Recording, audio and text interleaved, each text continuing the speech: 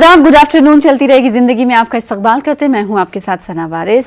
और चलती रहेगी जिंदगी का फॉर्मेट तो नाज़रीन आप जानते ही हैं, कभी हम बात बहुत अहम इशू पर करते हैं तो कभी कुछ ख़ास मेहमानों से, कुछ ख़ास शख्सियत से आपको रूबरू कराते हैं। इसके पीछे के मकासद ये होते हैं कि दुनिया में और माशरे में कई ऐसे लोग होते हैं जो इंस्पायर करते हैं लोगों को।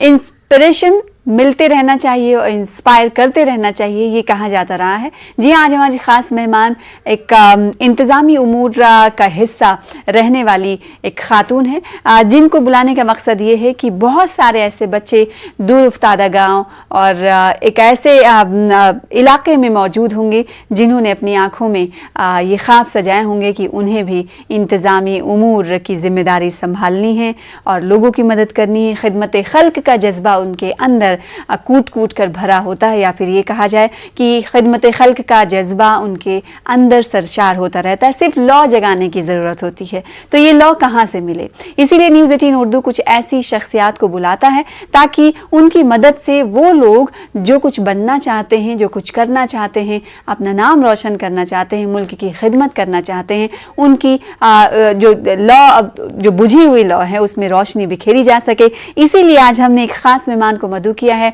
ज़्यादा लंबा मैं नहीं बोलना चाहूँगी। सबसे पहले ख़ास मेहमान से रूबरू कराना आपको चाहूँगी। जी हाँ, आज हमारी ख़ास मेहमान हैं, चलती रहेगी ज़िंदगी का हिस्सा है मीनू रेनू साहिबा। मीनू रेनू साहिबा, ये इनके बारे में मैं बताऊं कि बुलंदशहर की सिटी मजिस्ट्रेट हैं, लिहाजा इनसे हम समझने की कोशिश करेंगे। और इनके बारे में ख़ास बात यह है कि बहुत सख्त ऑफिसर के तौर पर ये जानी जाती हैं। तो ये सख्ती का इन्हें टैग कैसे मिला?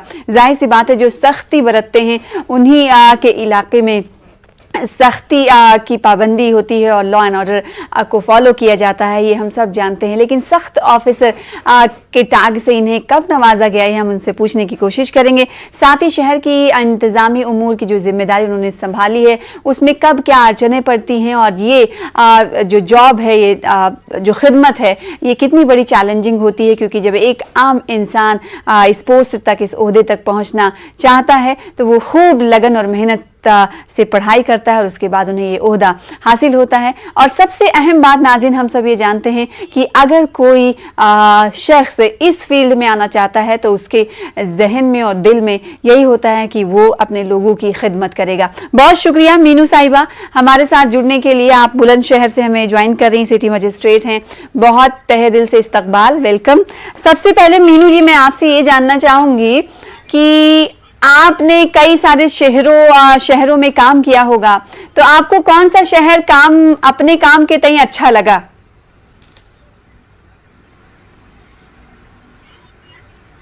देखिए, सबसे पहले तो मैं आपसे थोड़ा सुधार करना चाहूंगी। मेरा पूरा नाम मीनू राणा है। अच्छा, ओके, माफी, इसके लिए माफी। ओके, भेजा जाता है हमें जी,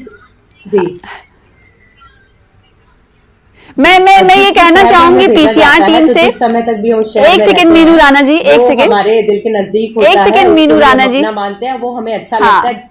पीसीआर टीम से मैं कहना चाहूंगी मीनू राणा करेक्ट कर दिया जाए उनका नाम, जो अपर हेडर में चल रहा है। जी, अब कहिए मीनू साहिबा।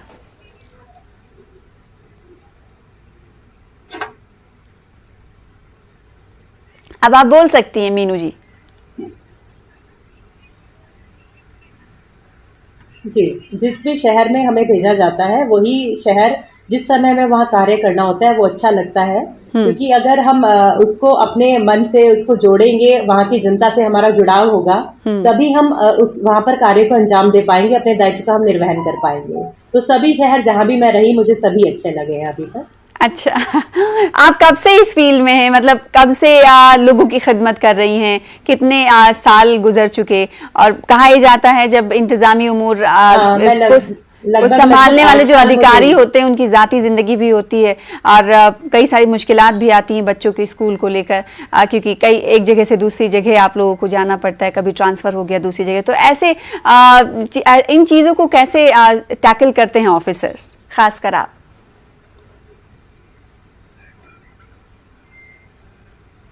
देखिए, मुझे लगभग 8 साल इस सेवा में हो चुके हैं और हम लोग को स्थानांतरण होते रहते हैं समय समय के अंतर्गत। जी। उसमें परिवार हमारा, चूंकि हम लोग पहले से इस चीज के लिए तैयार रहते हैं कि ये हमारी नौकरी का एक अभिन्न अंग है और हमको परिवार और इसमें सामंजस्य बनाकर रखना है। तो कुछ समय के लिए तो जब हमारा स्थानांतरण होता है, डिस्टरबेंस होता है, पर हमें नई जगह जाकर एक तरह से काम करने का मौका मिलता है, तो वो उसकी भरपाई हमारी नई जगह पे कार्य करने से हो जाती है, जो हमें कुछ घर में परिवार में एडजस्टमेंट करने पड़ते हैं और हमें नए लोगों से मिलने का मौका मिलता है। बिल्कुल, नए लोगों से मिलने का मौका मिलता है और एडजस्टमेंट कर लिया जाता है। और सबसे अहम बात जो आपने बताई कि आप पहले से ही तैयार होते हैं इस चैलेंज के लिए। जाहिर सी बात है, इस फील्ड में आने से पहले से ही मन बना लिया जाता है ऑफिसर्स की जानिब से। मैं आपसे सवाल करना चाहूँगी कि कभी ऐसा लगा कि जब आप स्टूडेंट थी, उस वक्त से लेकर अब तक का जो सफ़र आपका रहा है, उनमें कौन सी ऐसी चीज़ें हैं जो आपको लगता था उस वक्त वो आज भी कायम हैं कि आप अगर ऑफिसर बनेंगी तो ऐसा होगा, और अब जब आप इस सेवा में हैं तो आपको लगता है कि जो आप सोचती थी वही है ये?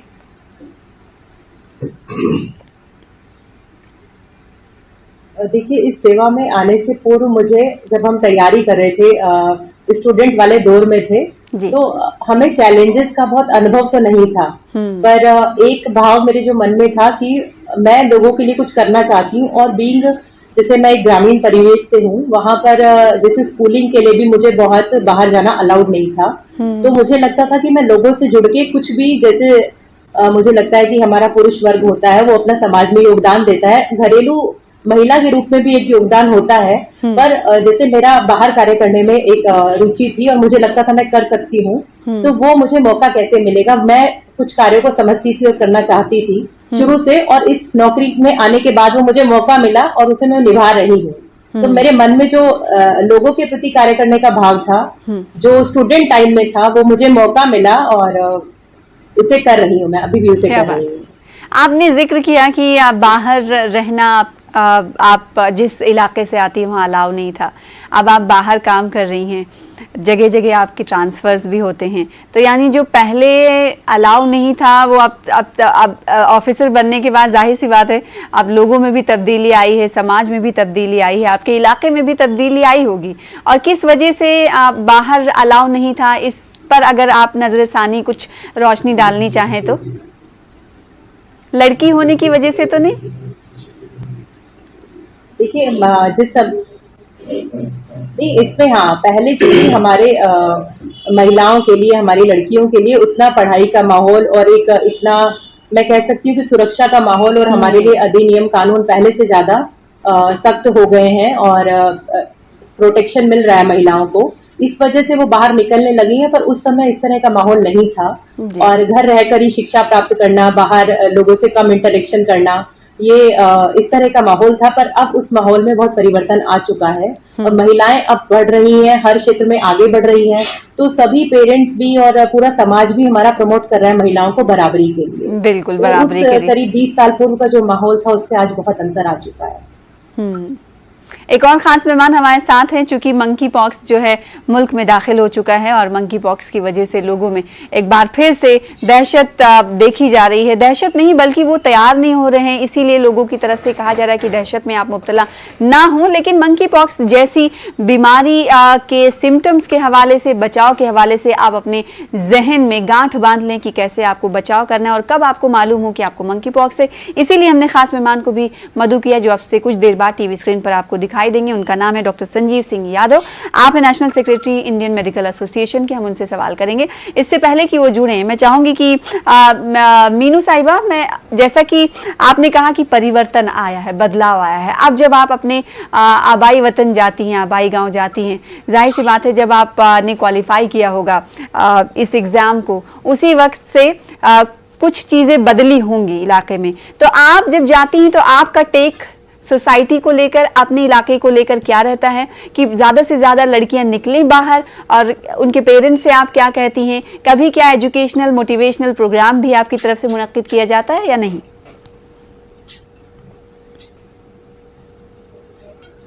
देखिए, अब तब से और अब तक बहुत अंतर आ चुका है, और जब मैं उस गांव से निकली, इस तरह बाहर कार्य करने लगी, तो आसपास के लोगों में बहुत मोटिवेशन हुआ, और आज सभी के बच्चियां पढ़ रही हैं और सभी पढ़ के आगे बढ़ रही हैं। हमारे टाइम में स्थिति थी कि इंटरमीडिएट की परीक्षा तक पास कर ले तो उसके बाद ये जोर रहता था कि लड़की का विवाह कर दिया जाए, पर अब लड़कियां बहुत आगे तक हमारी पढ़ाई करके पहले सेटल हो रही हैं, उसके बाद विवाह का स्वयं निर्णय ले रही हैं। ये बहुत बड़ा अंतर आ चुका है। और मैं जाती हूँ तो मैं लोगों से बात भी करती हूँ, अपने पुराने स्कूल में भी मैं जाती हूँ, कॉलेज में जाती हूँ, और वहाँ बच्चों से मैं इंटरेक्शन, जो बच्चियां पढ़ रही होती हैं, इंटरेक्शन करती हूँ। बिल्कुल, ये ऑफिसर्स की, तमाम ऑफिसर्स की और जो पढ़े लिखे लोग हैं उनकी जिम्मेदारी होती है कि अगर आप एक ऐसे जगह से निकल आए हैं तो दूसरे लोगों को निकालने की कोशिश करें, तभी कड़ी से कड़ी जुड़ेंगी और मुल्क जो है, हमारा देश जो है, भारत आगे बढ़ेगा। डॉक्टर संजीव सिंह साहब, आपको मेरी आवाज मिल पा रही है? आ रही है मेरे को। डॉक्टर संजीव, मैं ये जानना चाहूंगी आपसे कि मंकी पॉक्स को लेकर एक तरफ तो कोरोना की तादाद एक बार फिर से बढ़ रही है और दूसरी तरफ मंकी पॉक्स के डर ने अब फिर से एक सवाल खड़ा कर दिया है कि कहीं ये कोरोना की तरह तो नहीं फैलेगा। देखिए, मंकी पॉक्स एक ऑक्सोपो वायरस है जिसके वजह से ये अफ्रीका में पाया गया था। उसमें 2 स्ट्रेन्स है। वो स्ट्रेन में जो स्ट्रेन अपने पास इंडिया में पाया गया, जो काफी कम इन्फेक्शन कर रहा है, वो ज्यादा डेंजरस नहीं है। एक सेंट्रल अफ्रीका और वेस्ट अफ्रीका का है ये वेस्ट अफ्रीका का स्ट्रेन है। वो ज्यादा डेंजरस नहीं है, बट स्प्रेड होने के चांसेस काफी है। ये ड्रॉपलेट से भी फैल सकता, बड़े ड्रॉपलेट से भी फैल सकता। इसीलिए जो पेशेंट को मंकी पॉक्स है उससे 3 फीट का दूरी बना रखना जरूरी है और 3 मिनट से ज्यादा उसके साथ संपर्क नहीं करना चाहिए। इसीलिए मास्क पहन के रहने से काफी फायदा होगा। मंकी पॉक्स में जिस्म पे पूरे दाने दाने, जैसे अपने स्मॉल पॉक्स या माता बोलते थे, कॉलेरा के वजह से दाने आ जाते हैं, जो काफी दर्द रहता है, जिनमें खुजान स्टार्ट हो जाती, बाद में पीप के जैसा निकलता है, फिर वो घट होके बाद में जब वो शेड होगा, ये इतना पीरियड तकरीबन 3 हफ्ते रहते। इसीलिए इसका आइसोलेशन 3 हफ्ते काफी जरूरी है। मंकी पॉक्स फैलने का हवा से नहीं है, बट आदमी जिसको बीमारी है उसके नजदीक है, या कोई जानवर आपने पाल रखा है जिसको आ चुका है। ज्यादातर ये जानवर, जैसा खरगोश है, कुत्तों में तो नहीं है ज्यादा, खरगोश है, वैसे जानवर में काफी पाया जाता है। इसीलिए मंकी पॉक्स से एहतियात एक ही है, आइसोलेशन। जिसको है बुखार 1-2 हफ्ते से कंटिन्यूस चल रहा और उसको हाथ पे या पाँव के ऊपर या पूरे बदन के अंदर छेछड़े जैसे दाने आ गए, तो वो आदमी टेस्टिंग कराना जरूरी है। पीसीआर टेस्ट से पता चलता है कि मंकी पॉक्स पॉजिटिव है या नहीं। जी बिल्कुल। कई और सवाल आपसे हम करेंगे। मीनू राना साहिबा हमारे साथ जुड़ी हुई हैं, बुलंदशहर की सिटी मजिस्ट्रेट हैं। नाज़रीन से ये दरख्वास्त है कि आप भी हमारे प्रोग्राम का हिस्सा बन सकते हैं और जो वो एस्पिरेंट्स, वो लोग जो तैयारी कर रहे हैं IAS PCS की, वो सवाल भी कर सकते हैं उनसे, ताकि उन के अंदर, क्योंकि कंसिस्टेंसी की बात कही जाती रही है हमेशा। मीनू साहिबा, अगर किसी चीज़ की भी तैयारी आप कर रहे हो तो कहा यह जाता है कि आज आपने तैयारी की और कल आपने गैप कर दिया, तो ऐसा नहीं चलता है। ऐसे में कंसिस्टेंसी नहीं बन पाती है बहुत सारे स्टूडेंट्स की। ये सवाल अक्सर कई हम प्रोग्राम्स करते हैं तो उसमें तालिब इल्मों की तरफ से, स्टूडेंट्स की तरफ से पूछा जाता है। चूंकि आप उस दौर से गुजर चुकी हैं, तो आपका क्या कहना है कि अगर आप किसी चीज़ की, खासतौर पर अगर IAS और PCS की, सिविल की तैयारी कर रहे हैं, प्रिपरेशन कर रहे हैं, तो किन किन बातों का ज़्यादा ख्याल आपको रखना है?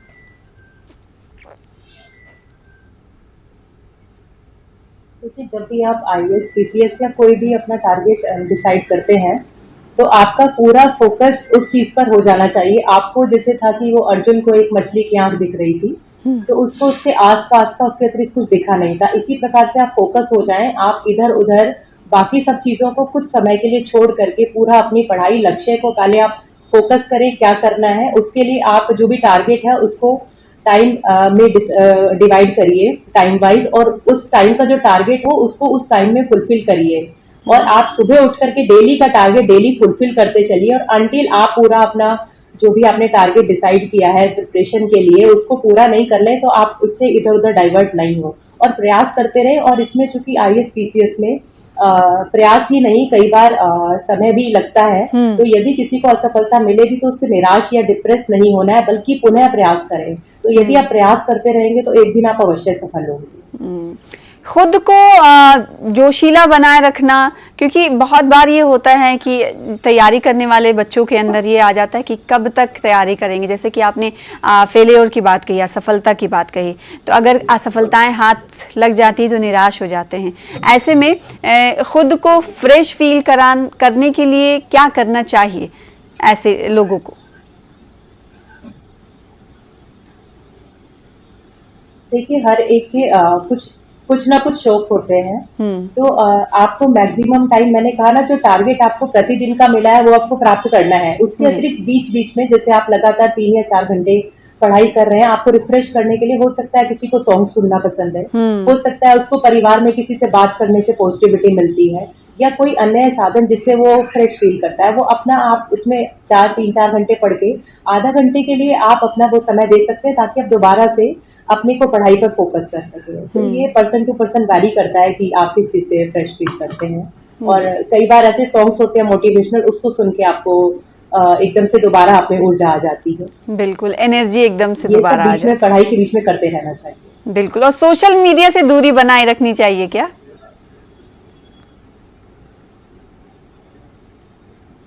देखिए, सोशल मीडिया भी किसी का रिफ्रेश होने के लिए एक माध्यम बन सकता है।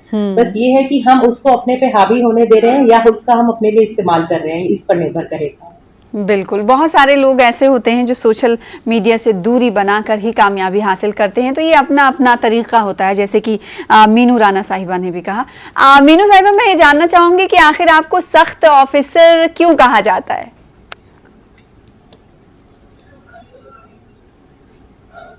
देखिए, मेरे नॉलेज में तो मैं ऐसी सख्त ऑफिसर नहीं हूँ। जो कोई नियम विरुद्ध कार्य करेगा उसके लिए सख्ती अपनाई जाती है। जो नियम संगत कार्य कर रहा है, कानून के दायरे में कार्य कर रहा है, उसके लिए किस प्रकार की सख्ती।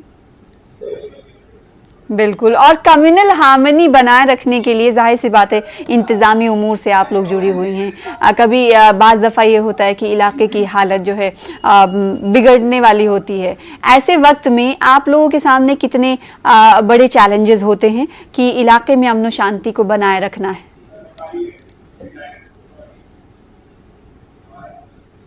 देखिए, मेरा मानना है कि सभी लोग अमन और चैन से आपस में रहना चाहते हैं, और कुछ स्वार्थी तत्व होते हैं जो इस अमन चैन को कुछ अलग मुद्दे उठा करके उसको भड़काने की कोशिश करते हैं।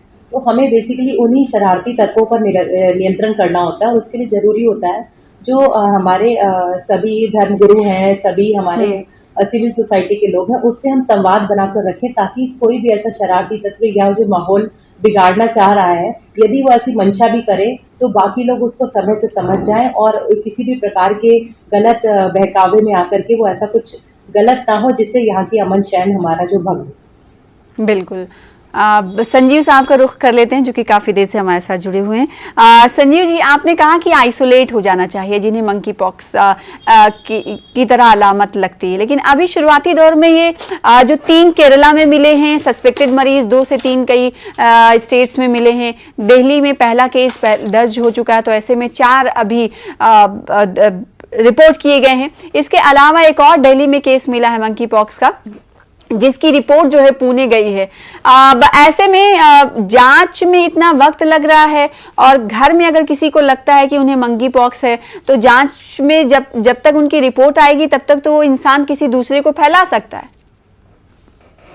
आप जो बता रहे हो वो सही है मैडम। किसी को भी 5 दिन का बुखार जो कम नहीं हो रहा, उसके साथ में पूरे बदन के ऊपर थोड़े थोड़े दाने के जैसा आ जाए जिसमें दर्द हो रहा है, ऐसे लोगों को आइसोलेट करके इनका sample national institute of virology Pune में ही चेकिंग हो रहा। अभी तक ऑनलाइन पूरा चेकिंग का सिस्टम जैसा कोरोना में स्टार्टिंग में हुआ था वैसा अभी तक स्टार्ट नहीं हुआ। इसीलिए आइसोलेशन करना और इनको सिम्टोमेटिक ट्रीटमेंट, दर्द के लिए दर्द की दवा, फोड़ों के लिए ऑइंटमेंट लगाना और बुखार के लिए पैरासिटामोल या डोलो गोली खाना, इसको छोड़ के फिल वक्त और कोई चीज करने का अपने पास तरीका नहीं है। रिजल्ट आने के लिए टाइम लगेगा। उनका सैंपल जो दाने आ रहे हैं उसमें से सैंपल निकाल के एनआईवी को भेज के वहां से रिपोर्ट आए, जब तक टाइम लगता। बिल्कुल, यानी कि आइसोलेट करना सबसे पहला स्टेप होना चाहिए। अगर घर वालों को या मरीज को खुद लगता है तो क्या डॉक्टर्स के पास जाना चाहिए सलाह लेने के लिए? इमीडिएटली स्टेट हेल्थ अथॉरिटी को इन्फॉर्म करना कि हमको डाउट है कि हमारे आदमी को ये अपना मंकी पॉक्स हो सकता है। अगर वो करे तो वो इमीडिएटली सैंपल लेके भेजेंगे। आप आइसोलेट करके रखेंगे और अथॉरिटीज को इन्फॉर्म नहीं करेंगे तो वहां भी दिक्कत आ सकती है, बढ़ सकता है। 3 हफ्ते आइसोलेशन कंपलसरी रहेगा रिपोर्ट पॉजिटिव आने के बाद। उसके पहले तक भी आप अकेले अपने घर में अपने रूम में अकेले से बंद रहना काफी जरूरी है। एक अच्छी बात यह है कि मंकी पॉक्स जैसी बीमारी में मोर्टेलिटी रेट बहुत कम है बताया जा रहा है, लेकिन इससे सही होने के लिए यानी उबरने के लिए काफी वक्त लगता है। आप लोगों को क्या सलाह मशवरा देना चाहेंगे और कितना वक्त, तकरीबन 1 महीने का या 3 से 4 वीक लगता है? देखिए 21 डेज तक इसका इंक्यूबेशन पीरियड रहता। एक बार आने के बाद में 21 दिन में ये बाहर निकल सकता। तो ये बहुत जरूरी है कि 21 दिन तक इसको रोक के रखना काफी जरूरी है। दूसरी बात यह है सिम्टोमेटिक ट्रीटमेंट लेना, वो भी जरूरी है, क्योंकि सिम्टोमेटिक ट्रीटमेंट लेने से आपको पोस्ट ऑपरेटिव कॉम्प्लिकेशन काफी कम हो जाते। ये सलाह है कि किसी को भी 5 दिन की बुखार है, जिसमें बॉडी में रैश हो रहा, खुजान हो रही है, दर्द काफी हो रहा है, ये स्टेट अथॉरिटीज को ताकीद करे, ये बताए कि हमको डाउट है, तो वो अपना चेक कराएंगे और आपको आइसोलेट करके रखेंगे, या तो दवाखाने में एडमिट करेंगे या घर पे भी आइसोलेशन पॉसिबल है। अगर आपके पास एसेप्टिक प्रिकॉशंस लेने की अगर क्षमता है तो आप घर पे रहिए, नहीं तो दवाखाने में एडमिट होना ये सबसे अच्छा ट्रीटमेंट पब्लिक के लिए भी होगा और वो आदमी के लिए भी होगा जिसको ये प्रॉब्लम आया है। बिल्कुल। मीनू राणा साहिबा, मैं आपसे एक वुमेन एम्पावरमेंट से जुड़ा हुआ सवाल करना चाहूंगी। हम सबको ये मालूम है और सब ये कहते भी हैं कि सिविल सर्विसेज ने या फिर ब्यूरोक्रेसी ने खवातीन की इज्जत को बढ़ाया है। ये कहना गलत नहीं होगा, क्योंकि पहले जैसा कि आपने खुद ही कहा कि फीमेल होने के नाते अलाउ नहीं था बाहर जाकर पढ़ाई करना, और अब फीमेल ही सारे फैसले ले रही है और डिस्ट्रिक्ट को संभाल रही है, इलाके को संभाल रही है। आपने क्या पाया? मीनू जी, आपको आवाज मिल रही मेरी?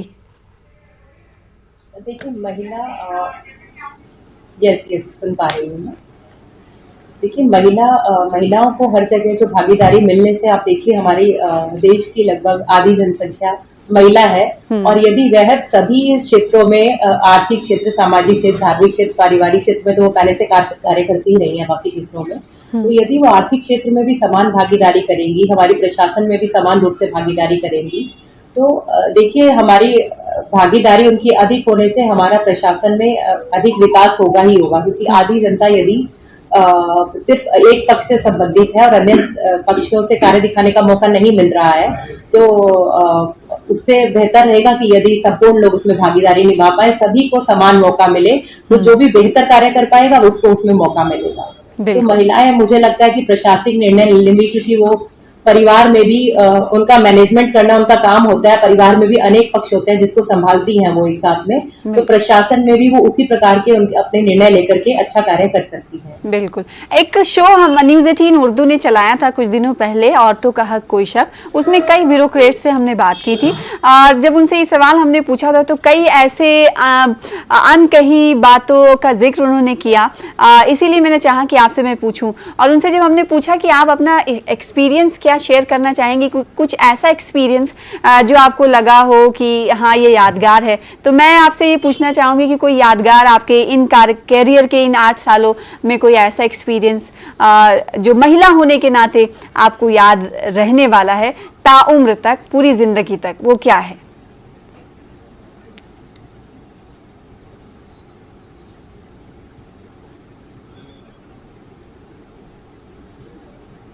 देखिए जैसे मैं हापुड़